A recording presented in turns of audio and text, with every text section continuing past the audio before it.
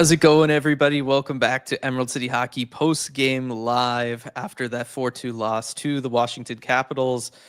RJ, Kraken were in this one for quite a while. I mean, this game is tied until very late. I think, under 5 minutes left. Washington scores the 3-2 go-ahead goal, and then, of course, Ovi picks up an empty netter because that's what he does.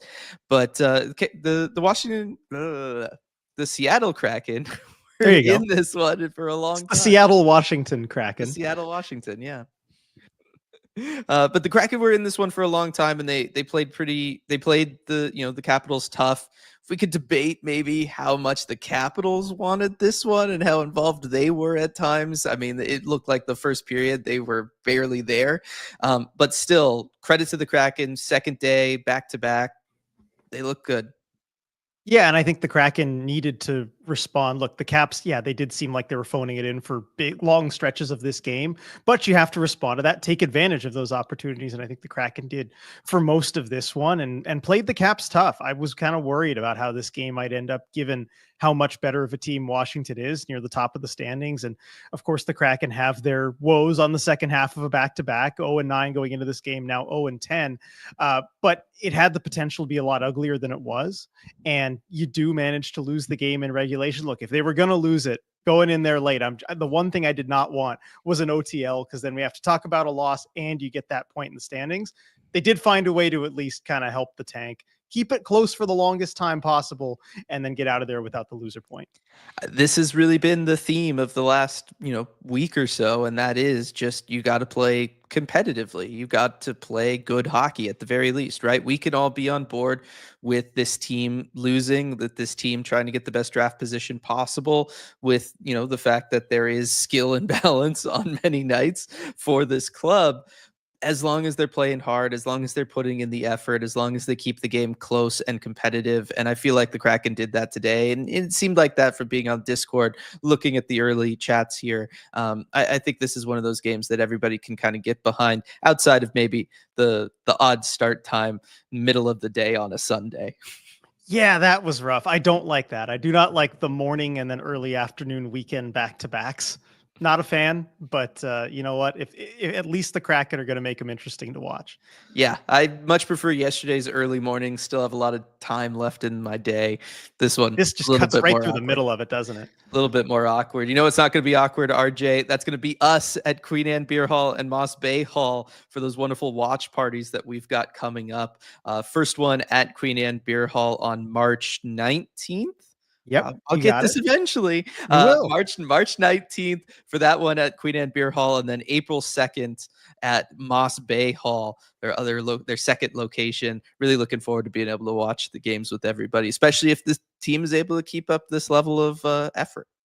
Yeah, definitely. I mean, looking forward to those and a couple good matchups there as well. I believe it's Minnesota for the first one and then Vancouver for the second one. I'm looking forward to that Vancouver matchup, especially with the Canucks. I mean, that could deal a huge blow to the Canucks playoff hopes by that time in April. And in Vancouver, I mean, that has the potential to get really sweet there if the Kraken can play spoiler. Yes. Ultimate spoiler opportunity there. So it should be fun. Starting us off with some super chats here. First one from Schultz. Effort and a loss. That's the way to tank.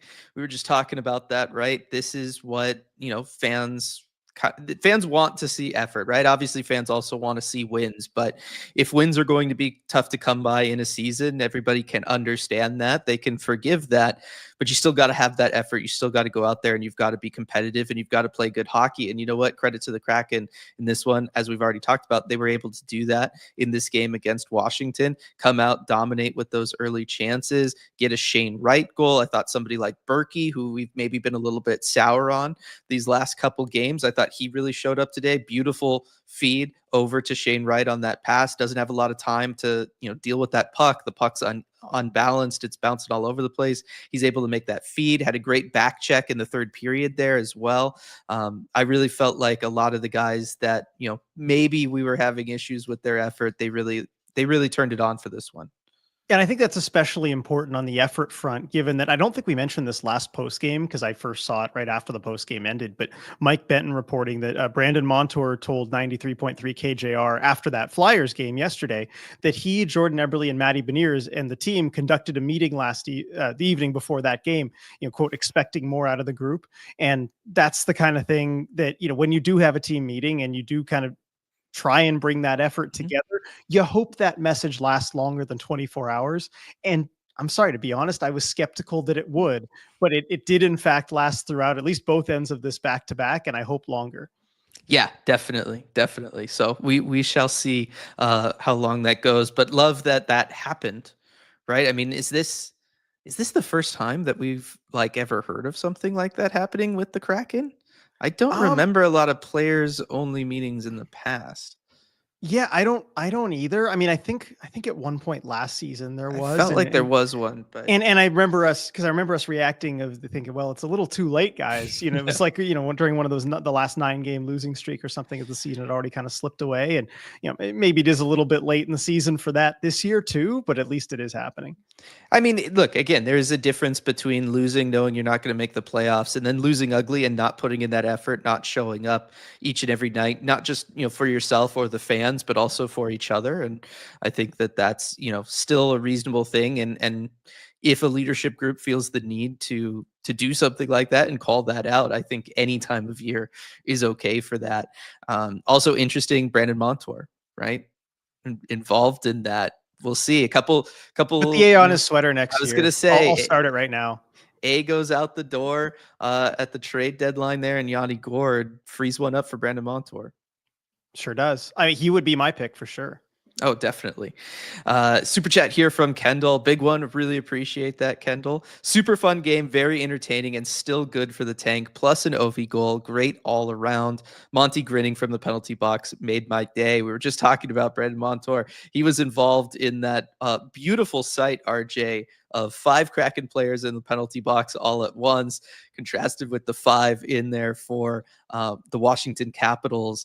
I mean, this is like the first time for Kraken fans, right, that we've ever seen something like this.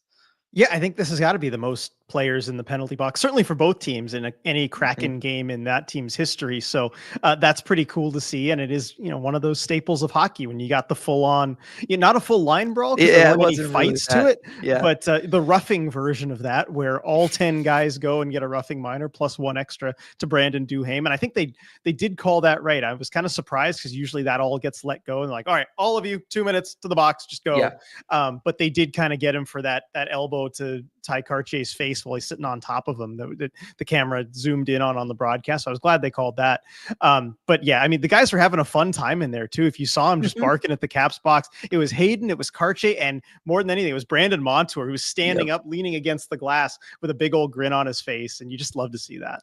Oh, definitely. And I do think, they didn't call it, or at least it's still not listed that way for that extra 2 on Duhaime for Oh, it it's being not? on Ty Cartier. It's still technically being drawn from John Hayden by John Hayden, but I think that that just got lost in the shuffle and they just marked it down that way. It has to be for that on Cartier because not only is it worthy of an extra penalty there, but it happens right in front of the ref. Like the ref is there and actually tries to get involved. Right on the replay, the thing that I was shocked by, because me, I've criticized this many times. Refs never get involved when things go down like that. Actually, hands on, they kind of stand back and they're looking for those extra penalties. He sees that extra penalty, the ref, and then he jumps in and tries to pull Duhaime off. Duhaime just shrugs him off like it's nothing. The ref gives up pretty fast, but it did end up happening there. So I'm with you. Like the penalty has to be from that. I can't imagine it was something later, but for anybody checking the box score, it still says that it was drawn by John Hayden. That being said, I'm with you, right? It's as close to a line brawl as maybe realistically we'll see from the Seattle Kraken, or certainly this current group of Seattle Kraken players. But I think it was still neat to see something like that, to have that. Some of my, wildest hockey memories are of games between like the Bruins and the Canadians where the penalty boxes have 5, 6, 7 guys in them and everybody's just standing in there like this trying to make enough space. It really is something that is unique to hockey, doesn't happen very often, and you can appreciate it when it does happen there. Yeah, it's always fun to see. I don't know, it's just a unique thing to hockey. I love it. Y- Yeah.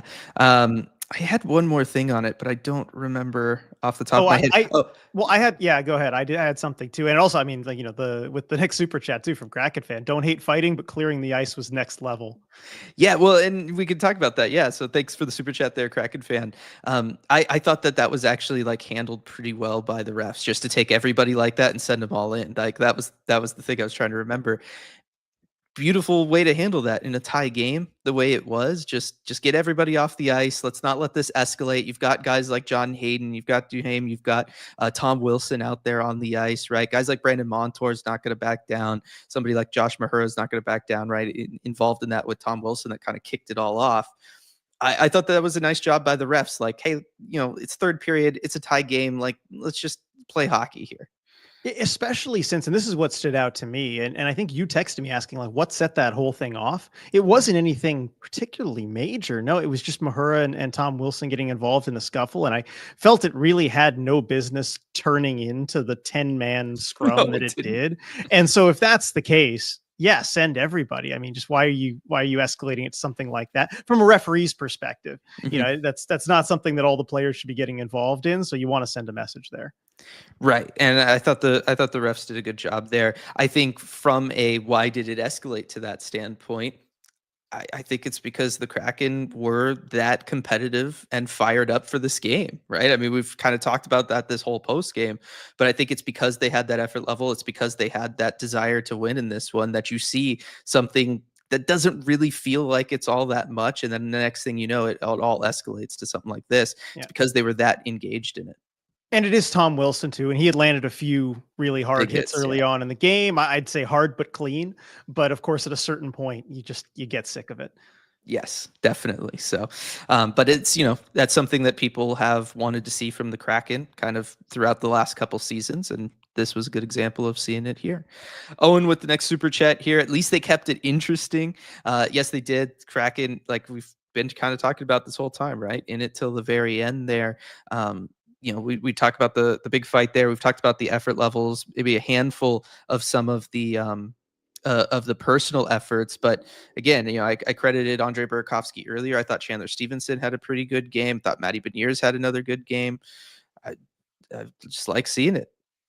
Yeah, no, I do too. I mean, there's a lot of positives to take out of this one. I mean, some rough moments for Matty Beniers. He was out there for all Yeah. caps, all the goals for the Caps. But I want to talk about that last goal too. And maybe it's not the time to totally zoom in on it, but the effort from Matty there to try and get Mhm. across to block that shot pass, he's so close to getting it. And I can't fault him for making that diving effort. Like it was, I just love to see that from him, even though it didn't connect. Yeah, no, definitely. I think this is the time to highlight those kind of personal efforts. I mean, Shane Wright gets his 15th goal of the season, kind of continues what he's doing.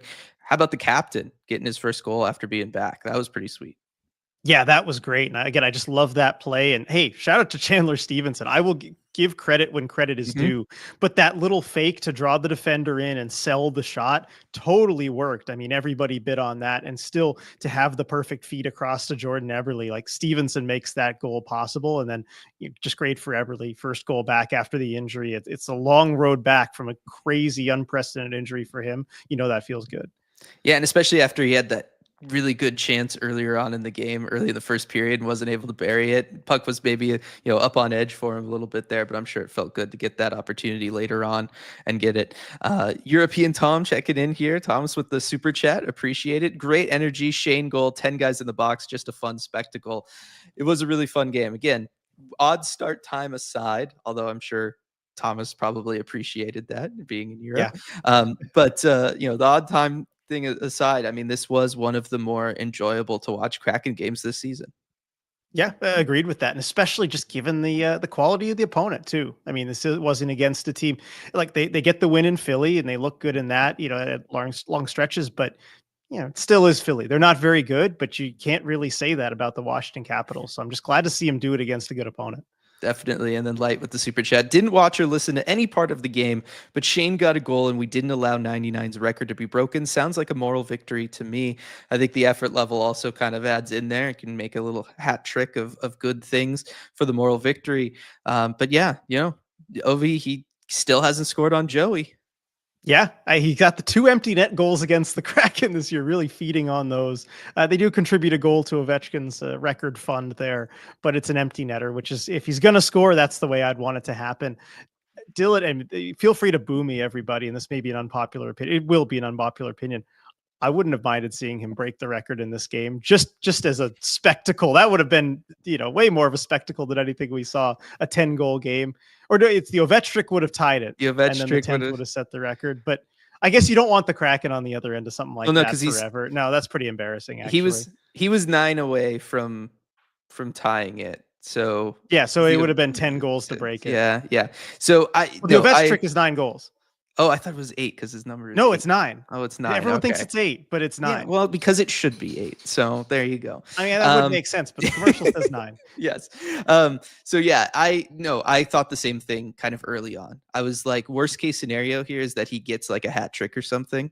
That to me is bad. I figured empty net goal, just kind of lock it in. That just kind of seemed like a natural thing that would happen in this one. But I also had the same thought of like, look, if we see a 10-goal game, I'll take a 10-goal game, like even if it's happening against my team, right? Like that's insane to see that you've seen it. There are certain things, goalie goal. I will still be happy to see a goalie goal Mhm. scored against the Kraken, whatever, just to have seen it. It's one of those things. Yeah, no, I think you're there. The other thing I'd said this to Julia, was I would take an Ovechkin hat trick if there was a Shane hat trick to match it. Yeah, there we go. That would be worth the trade off there, especially 10-goal game, 10 guys in the box at once. Well, has that ever happened before? Probably not. Don't feel like So I need to look it up. I feel like it's just never Yeah. happened. Yeah. Um, definitely a lot of people in chat really just kind of excited by the effort from the boys today, and how much fun that game was. Got this comment here from Andrew. I know this is the ideal outcome, but something needs to be done about the power play. One of the things that was not great about this game for the Seattle Kraken, RJ, was the fact that they go 0 for 4 on the power play. Through a lot of this season, they were able to kind of hang in there and be kind of like slightly below average in the grand scheme of the NHL and everything like that. But recently here, they've really started to kind of trail off. They're down to 26th in the league. I don't know that realistically they're going to fall much further than that, just because there is a gap before you get to Buffalo at 27th. But the power play has definitely struggled. We've talked about it. We like the Shane Wright unit, and the unit kind of loading up more so on the younger guys that are a little bit more creative, move around a little bit more. But in this game, it was just kind of all bad. Yeah, it was. And a few where they just don't get a look at a couple power plays, or it was just the one with 0 shots, but a lot of them where they just don't get a solid look. A lot of passing around the outside, not really working it for kind of set plays that you want to be setting up. And I think it is something that, especially as you get later in the season, you want to take stock of the issues that need to get fixed and the improvements that need to be made. You have to look at the power play. I mean, it has kind of sunk into the basement there as one of the worst power plays in the NHL over the last month plus.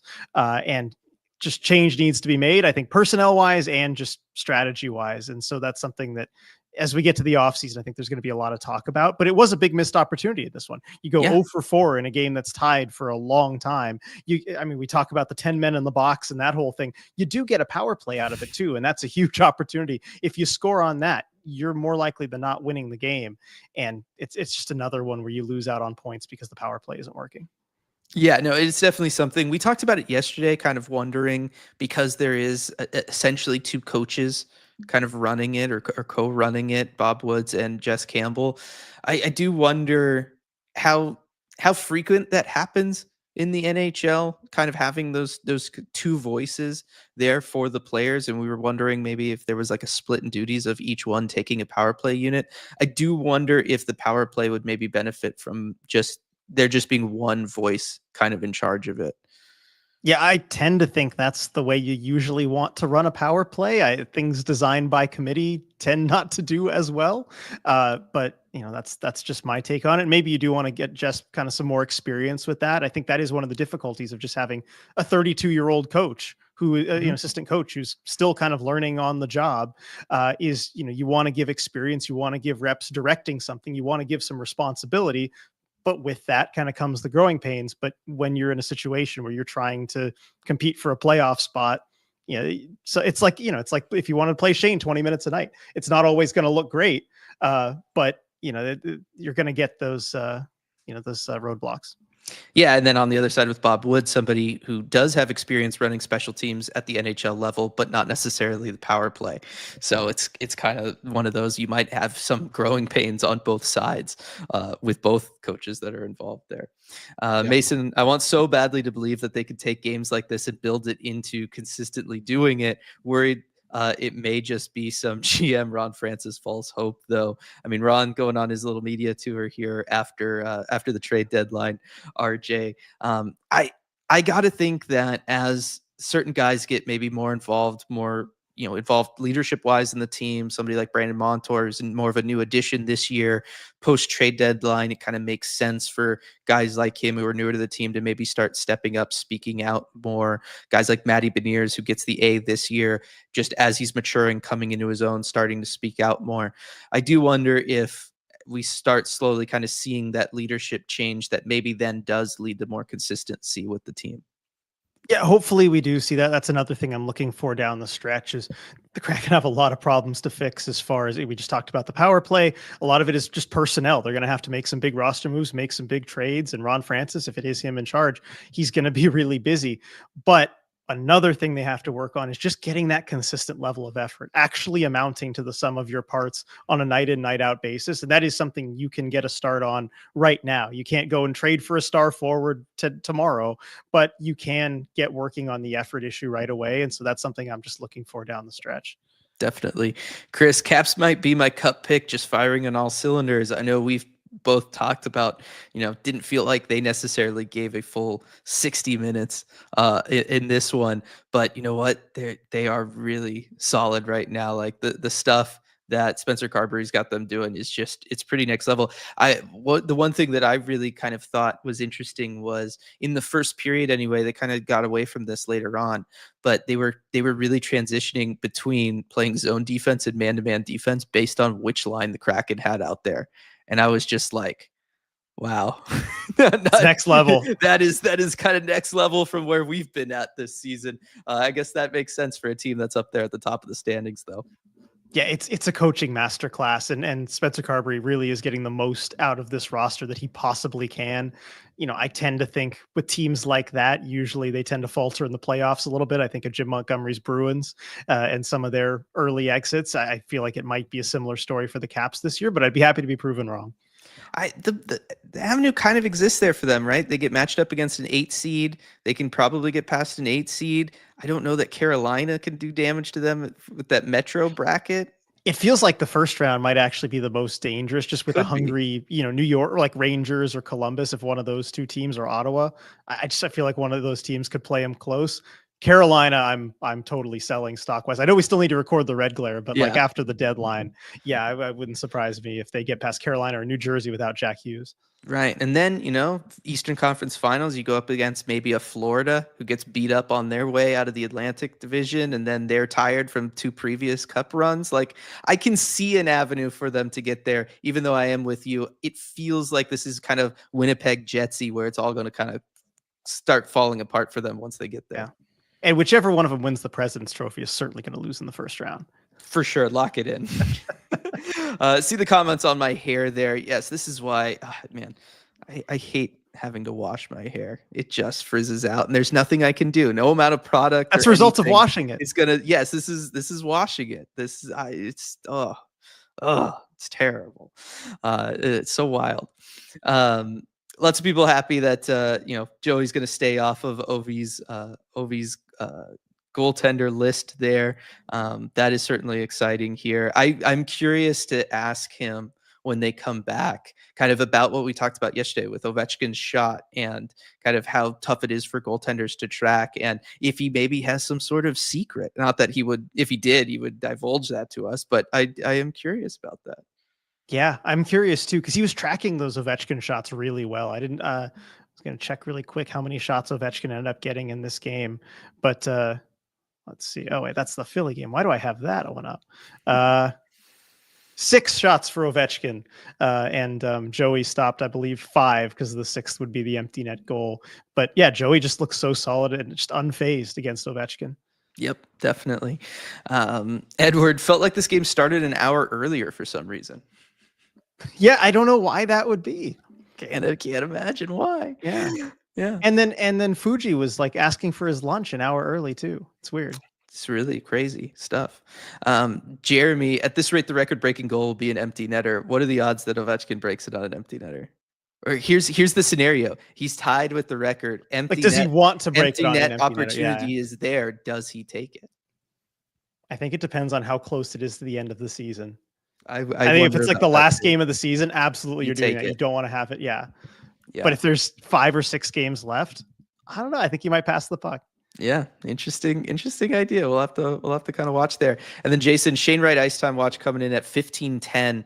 I do wonder if the 4 power play opportunities and then only the 1 for the Capitals kind of played into that. We of course talked about that yesterday. Just the fact that now that Matty Beniers is on the PK, Chandler Stevenson's on the PK, coming off of a penalty kill, it makes sense for Shane Wright to kind of get a step up in ice time off of those opportunities. I do wonder, with the Kraken only taking the 1 penalty today, if that maybe impacted things a little bit. That, and they were playing a better team. It makes sense that if they're trying to shelter him, based on who they're playing, this would be one of the games he would get more shelter. Yeah, that makes sense, I guess. And yeah, Shane Wright going from second among forwards last game in 5-on-5 ice time to 7th in this one. So a bit of a step down, even though he does score a goal in this one. So definitely, I think, sheltered in this one. It's fair to say, it is what it is. Dylan, guess which Kraken player had the most which Kraken forward had the most 5-on-5 ice time in this one? Jordan Eberle seemed like he was out there all the time. Maybe I just noticed him. Is it Chandler Stevenson? Nope. Oh, okay. I felt like he could have earned that opportunity. Feel free to guess in chat, everybody, too. Jared McCann. Like, nope. I could just start naming everybody here at some point. Andre Burakovsky. Let's go. No, definitely not him.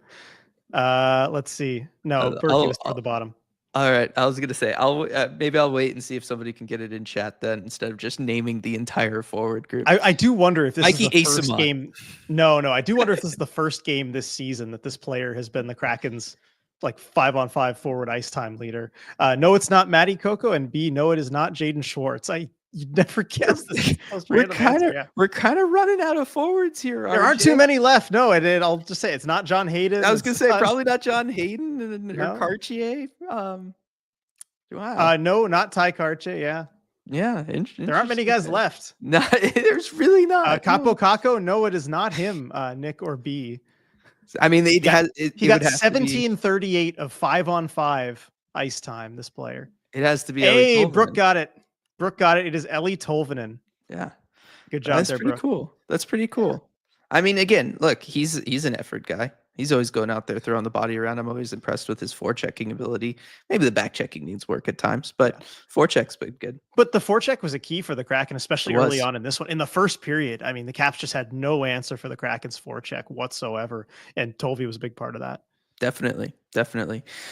George, I think, has a really good question here. How many teams have 4 assistant captains? Does it decrease the value when there are 5 people in the leadership group, or is 4 fairly standard around the league? It feels like a lot. Like, growing up, I don't remember teams having 4 alternates or assistants, or what was the word? Was it Buffalo used? It was something different. Would have been one of alternate assistant, right? It was Utah. Wasn't it Lawson Krause or something was given some like weird associate captain title? Yeah, associate. Yeah, associate captain. Yeah. It felt like growing up it was always ever 2 or 3. Yeah, it usually wasn't that many, but I think teams, just they want to kind of build out leadership groups more, and especially if there's not a clear captain, like an obvious. I mean, of course, the Kraken now have Jordan Eberle, but if you don't have a captain too, as the Kraken didn't, like, you just throw A's on everybody. Yeah, that is pretty normal. That being said, do I think it decreases the value if there's that many people in the room that have letters on their sweater? No, maybe that's naive of me to say, but I would like to think that at the professional level, at the National Hockey League level, anybody who is maybe at least a veteran can at any time step up and say stuff or go to the coach or go to the captain of the team, right? Or the most senior, player on the team and be like, "Hey, I'm noticing this. Are you seeing this too? Maybe we could say something like that," right? I feel like at this level, it's not it's not abnormal for guys who have no letter to be talking or saying things or doing stuff like that. I mean, we know Jared McCann has been a leader on this team. He hasn't worn an A this whole time, right? Like I don't know that it really makes that much of a difference. Yeah, that's what it should be in a healthy culture. Really, it's just on the guys that you have, regardless of the letters that they have. And I've always said slapping a letter on someone's chest isn't going to change the type of leader that they are, the type of person that they are. It's just all about having a solid leadership group, whatever letters they're wearing. Yes. Viren, I'm just disappointed we didn't get an every player on the ice penalty announcement. I thought that was lame too. They could have given us that. I guess maybe the TV timeout wrecked it, but Yeah, probably. But it definitely potential for a great penalty announcement there. definitely. And then Edward, how does letting that many guys out of the box work, given they have to cross the ice to get back to the bench? Do they wait for a stoppage? They do wait for a stoppage. Yeah. If it all evens out, and normally we'll just see it with one kind of coincidental penalty, one guy on each team, they'll wait for the stoppage. But yeah, it was just all five. They didn't have a good camera shot of everyone kind of coming out of the box together. No, they didn't. At Yeah. least they didn't show us. I'm sure Yeah. somebody got it. And we've got a super chat here from Amanda. I'm on my lunch. Catch me up, chat. Lol, did we lose fun? Yes, absolutely Yes, did. definitely. That is what happened.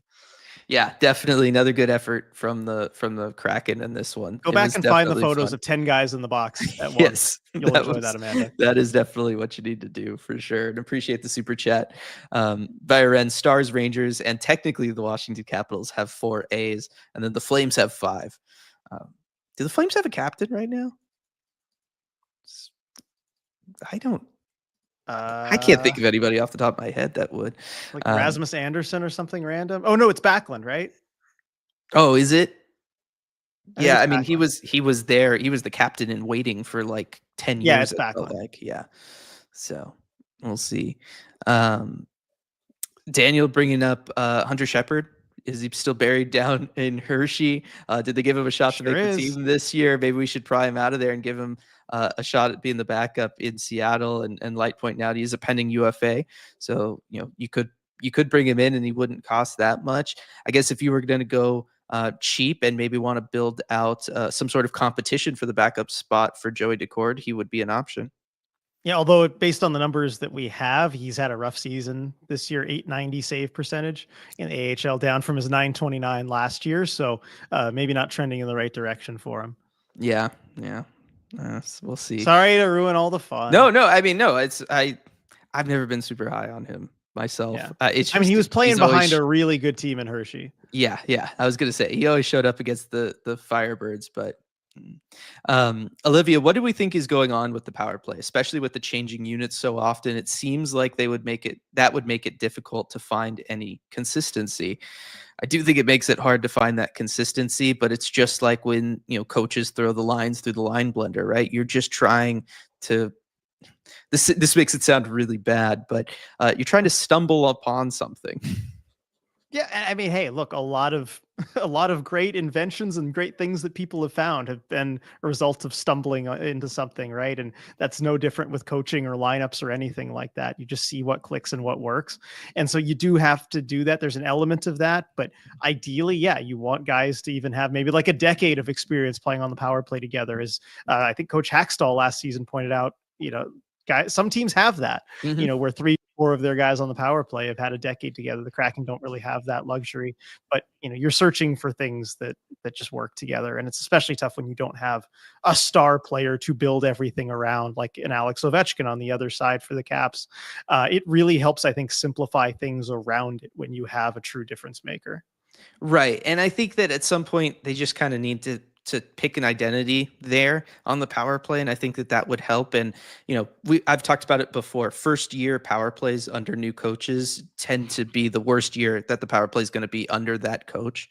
Right. And like that is something that builds up year over year. It's not something that just kind of somebody can come in and it starts clicking. The coach needs to really learn the personnel, learn their habits. It's not as easy to do that just because power play time is going to be far more inconsistent than say 5-on-5 time. So if you're a coach watching film, trying to get to know these players, you need to learn their habits. You need to learn their habits with each other, which is why I think year one, we are seeing as many different combinations on the power play as we are, is because, a guy like Andre Burakovsky could look one way playing with Chandler Stevenson out there and then look completely different playing with Jared McCann out there, right? Just because he's maybe going to be the shooter with Stevie, he's going to be the setup man with McCann. And so you really kind of need to see everybody with everybody for enough ice time to kind of get a read on what that situation is. And then you can start applying that stuff. And realistically, that can just take a full season to do if you are a new power play coach. And so I think it's something that, kind of regardless of who's in charge of the power play next year, we'll see it improve year over year. If the coaching setup remains the same, I think we'll definitely see it improve year over year. But I do think that that's partly why we're seeing so many different combos out there, is just you need to be able to get enough of a sample size to start making judgments off of, and that can be hard. Yeah. And like the forward lines, right? If the team isn't scoring, the power play isn't scoring, you don't want to necessarily leave it as it is indefinitely and kind of have it cost you games. Yeah, but just like the team in general, it also just needs an identity. Like, are you going to be going for point shots with traffic in front? Are you looking for one-timers? Are you looking for McCann to snipe it? Like, at some point, you do have to just pick something and then start building around it. You need to have that kind of general philosophy as a solid foundation to start building off of.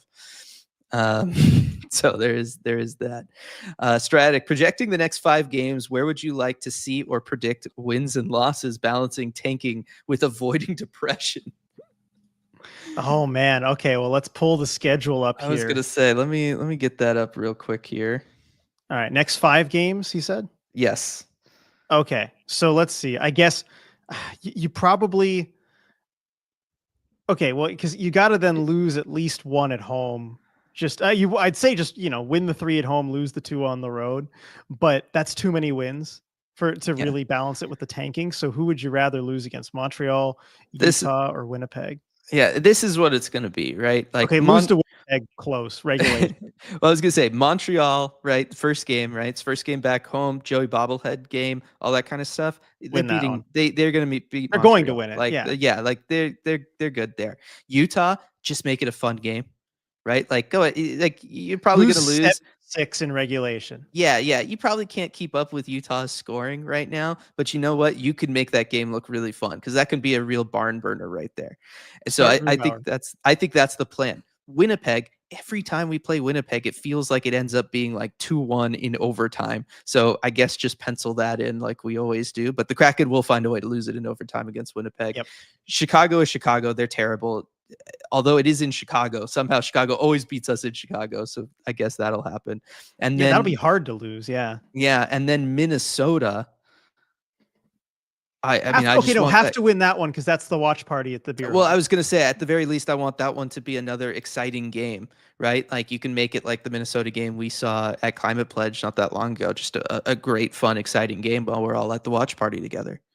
Yeah. So I guess that's maybe how to approach it. Although I feel like at that point you've thrown away a top 4 pick.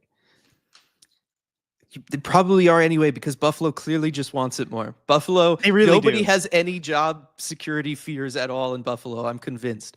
Players or coach, they're all just content to lose the last like 20 games of the season. So it's not happening.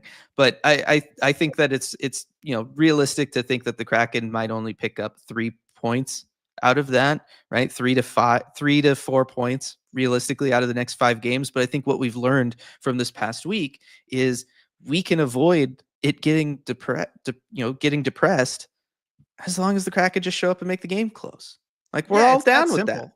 I mean, look, no one's depressed here after this one, right? I mean, just do more of that. The Kraken get 0 points toward the, losing draft position, and we're all generally happy. So it's as simple. I mean, they did that in the Minnesota game at home, right? It's not hard.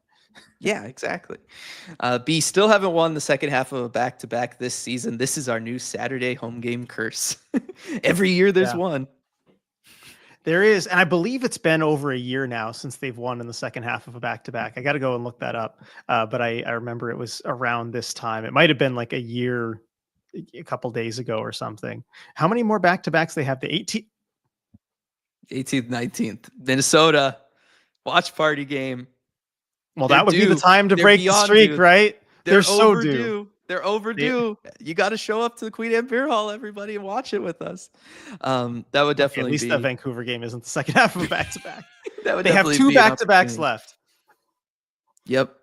I was just gonna say so like two things. I was gonna say one, next year when we do way too early, we have to add what is this year's curse going to be? Like what weird Yes, thing try and is predict the the team gonna specific really curse. struggle Yes. with? We're gonna have to do that. And two, I would totally make a bet with you. What are the odds that Dan, if we were to ask Dan about it once they come back to Seattle, that he says anything other than just it's a tough spot in this league. You have that travel overnight. Guys aren't getting a ton of sleep. It's just a tough thing to do. It's tough to win any game in the National Hockey League, RJ, right? And he just kind of plays it very straight like that versus getting into anything. I mean, you certainly know how to craft these interview answers, the standard hockey interview answers. So you're good. And we could go back to, when was it? A couple days? No, the Nashville game, right? I forgot to mention on the post game there, but it was Jacob Melanson, right? He was doing his first intermission interview. Did you watch that? I did not. I don't think so.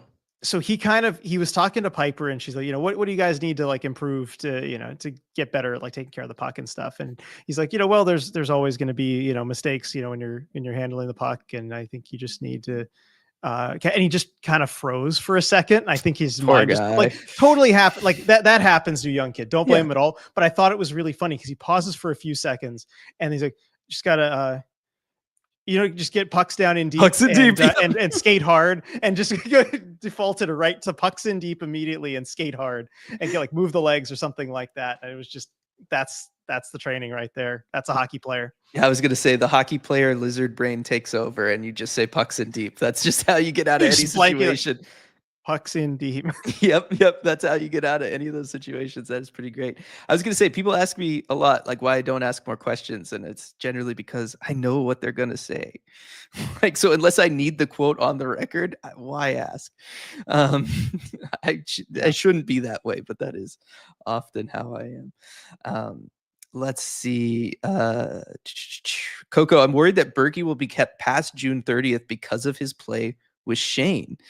I don't know that would be what does it. I think like they have looked better. I've talked about it. It feels like this is the first time Berkey has ever looked at home on a line. That being said, I think if Berkey's around for next season, it's just because they didn't want to buy out both him and Grubauer.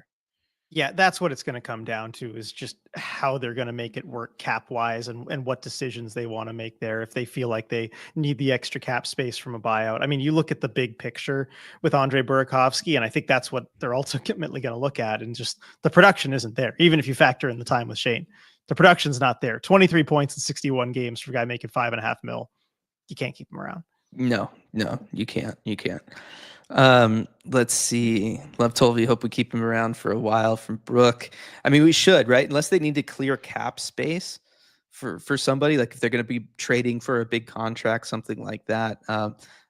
He's signed through next year, but then that's it, or has he got one more year after that? I think it's just next year that he has, and it's a little north of 3, almost 3.5, and it's the kind of contract that if you need a little extra money, you can move potentially. And so it's really going to come down to how much do they need that every extra little bit of cap. If you do sign a big name player, some big contracts, maybe he's a casualty of that. But otherwise, like, he is totally solid for the money he's earning. Like he's earning pretty much exact that amount, maybe a little bit more. Yeah, for sure. Kara, Firebirds fans will be triggered if the Kraken Sutton Shepherd, lol. Yeah, especially because there's a very good chance he'd be down there with the Firebirds, so that would be an interesting spot for them, for sure. Bryce, odds on Catton getting a couple next year. Games toward end of year. Yeah. I mean, Ron Francis, I should have backed it up just to like actually see it, but when he was on KHN before this game started, I don't know if you saw that, RJ, but did he say? Oh, I saw it. What was it that he prefaced when he started talking about Berkeley Catton, and he said something about the 9 games at next year? Because he said, go ahead. Because I took it to mean like almost like he was like kind of counting on that happening. Yeah, no, I think that's how I read it, and I know our buddy Charles with Circling Seattle Sports got the quote here, so I'm trying to pull it up here. But he said, Based on what he's done, I would expect he gets the minimum 9 Yeah. games before we have to make the decision to keep him or send him back next year. So I think he's getting those 9 games for sure, and then they've got a decision to make. Right, which makes sense. That's the healthy call to make when you're in this situation. But for the GM to go on the board now and be like, "Oh, this is the expectation," that I feel like is a little unusual. That being said, I love it. I do too. Yeah. Normally it's something you want to at least on paper have it where it's kind of earned in training camp based on what they do. You don't want to say anything beforehand, but he said based on what he's done, and maybe he's just referencing how much they like what he's done in junior this year. And I know, I mean, we've talked with like Jeff Tambellini, player development, and they just absolutely love the kid. Him. They're so high on him. So it makes sense that this is kind of the way that they're talking about him, given how they feel. Yeah, I think that it's how they feel internally for sure, and we know what he's done. And but towards the end of year this year, I don't think it's going to happen just No. because he's on that playoff run with you're going to be on a playoff run with Spokane, and you don't want to rip him away from that. No, Spokane would have to somehow like flame out in the most spectacular fashion early on in the WHL playoffs to have that potentially happen. But I do think that I liked it from all of those standpoints. I like it because I think Berkeley Catton's the kind of kid that can handle that as an expectation, and he's going to want to meet that expectation after a GM has said it on air like that. I also like it because that's a GM putting his NHL roster a little bit on blast before next summer's training camp even starts, right? Like put in some work over the offseason and everything, because we've got no problem bringing in these young guys, because look at what they're doing. They're coming for you a little bit. That's one less season opening roster spot for a vet right there. Mm-hmm. Right. So I like Ron Francis kind of saying that that does send a message to the locker room, or at least I would assume that it does. Caitlin, on the radio, Fitz said that they let the Capitals out of the penalty box and then only let the Kraken out once the Capitals were at their bench. So the refs were really trying to manage the situation. That's smart. Sure. I have no problem with that whatsoever. Yep. Yeah. And we got a super chat here from Jenna. Had to work yesterday and today. How did my boy Hayes look? Will we keep him? Thanks for the super chat, Jenna. And I mean, Hayden, look, his ice time, not very high. What did he get? 5:58 of ice time in this one. 12 penalty minutes. We got more than twice as many penalty minutes as he did minutes on the ice.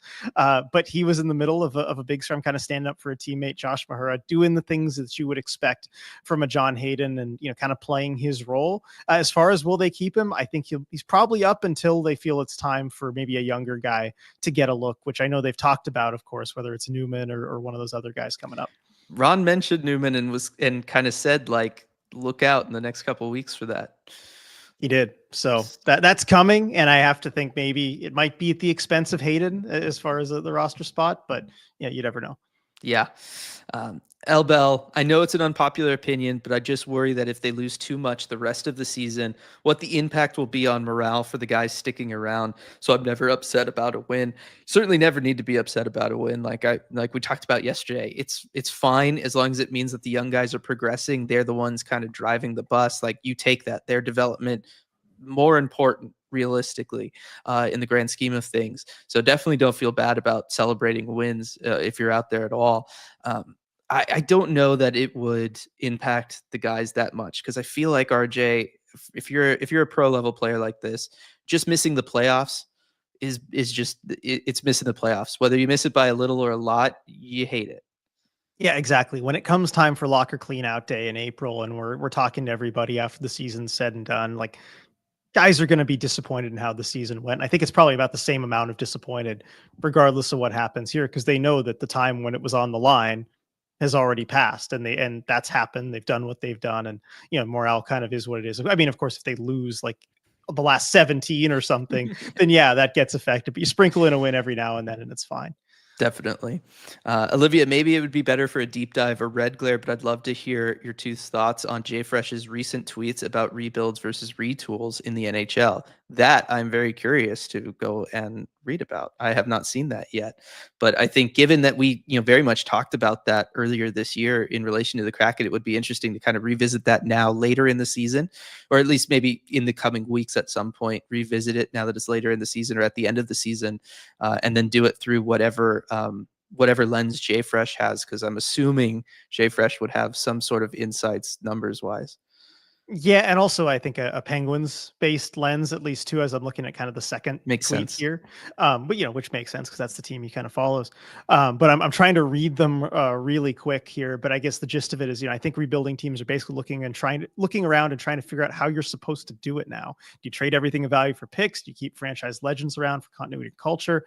Sign depth leadership guys, tank, try to narrowly lose. Like, what do you do and how do you do it?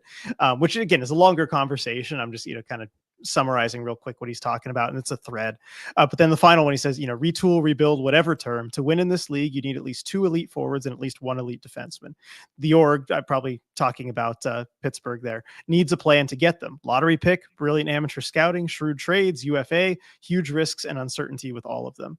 So Yep.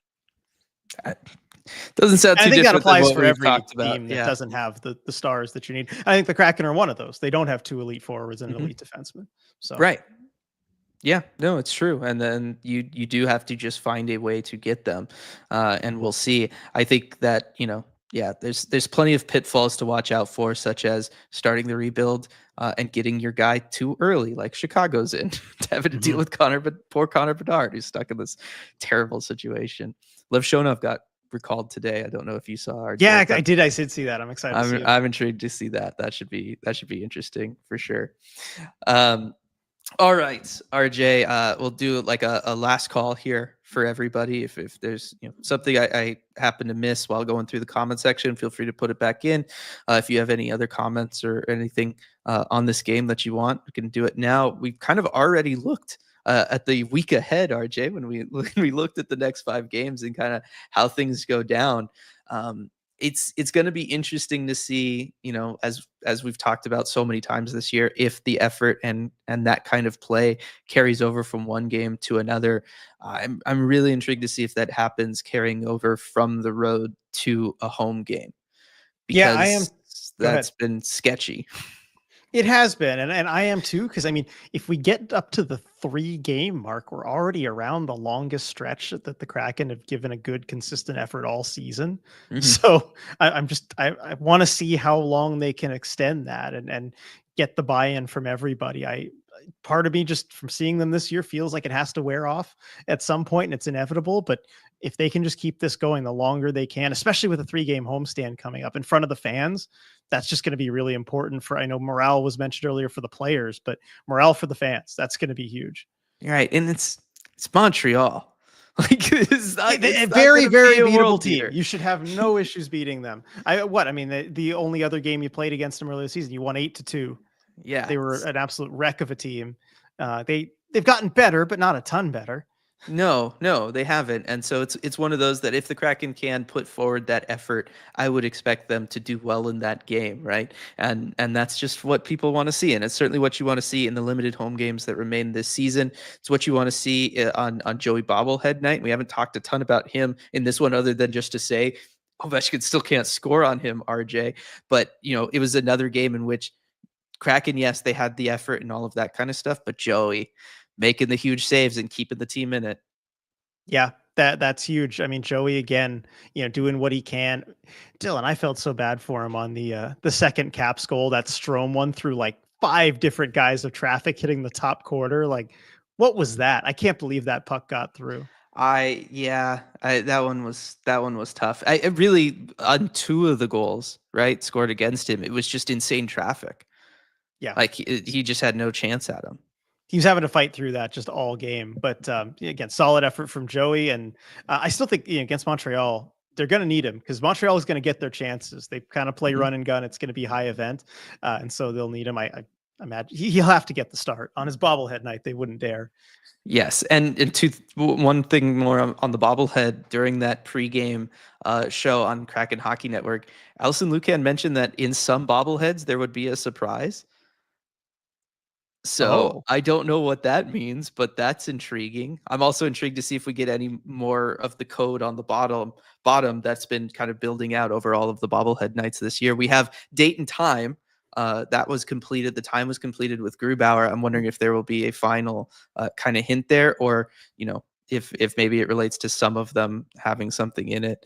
The surprise is a gift card. Multiple people have said. So okay. there we go. All right. Amazon gift card, everybody. Well, I liked it better when it was a surprise. Yeah. That was better. It could be anything, RJ. It could even be a gift card. I take the mystery box. Always take the mystery box. Always take the mystery box for sure. All right, RJ. I'm gonna ask you a coaching question to close it out here for that Montreal game. How do you defend Lane Hudson if you're the Kraken? If you're Coach Dan Bilesma, how do you game plan for Lane Hudson? Ooh, that's a really good question. Okay, just make sure you have your centers back on the rush. Don't have them get as deep as they can go. And then also you keep those extra guys back. As soon as he's trying to kind of play hero ball and go up, look for counterattacks. Have a winger go up and just kind of fly the zone whenever Hudson has the puck and it starts to be contested. Winger, you're going. Just to make sure you have those odd man rushes going back the other way. I think you could really take advantage of that.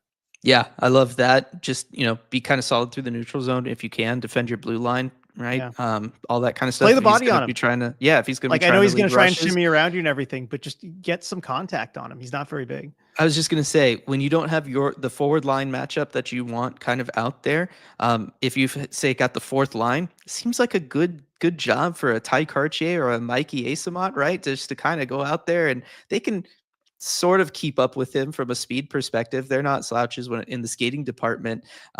We know that they've defended well through the neutral zone, really these last couple games that they've all been together. So I think kind of sending them out there at times just to slow him down, body him up a little bit is not a bad option as well when you're not really kind of looking to take advantage of those counterattack opportunities. Yeah, no, I agree with that. And I'm just excited to see Lane Hudson in person for the first time. Yeah, true. It'll be exciting for sure. All right, everybody. I think that's going to do it for this Emerald City Hockey post-game live. Really appreciate everybody joining us on this Sunday afternoon, early evening now. Appreciate it. I'll, of course, appreciate Queen Anne Beer Hall for sponsoring this as always. Really looking forward to those watch parties. Again, March 19th for that game against the Minnesota Wild at the Queen Anne Beer Hall location, and then April 2nd for the game against Vancouver at the Moss Bay Hall location. So hopefully we can kind of hit everybody. Everybody's kind of scattered throughout the Seattle area. Hopefully that helps everybody kind of be able to attend one of those two watch parties. Should be a lot of fun. Really looking forward to it. And yeah, I guess we'll see everybody after that game in Montreal, right, RJ? Or in not Seattle, in Montreal, in Seattle against Montreal. There you go. I need in to be Seattle, done, everybody. Yep. All right. Enjoy the rest of your weekend, everyone. Enjoy that 7 p.m. sunset. Go out, do something fun. We'll see you all after the Montreal game. See ya.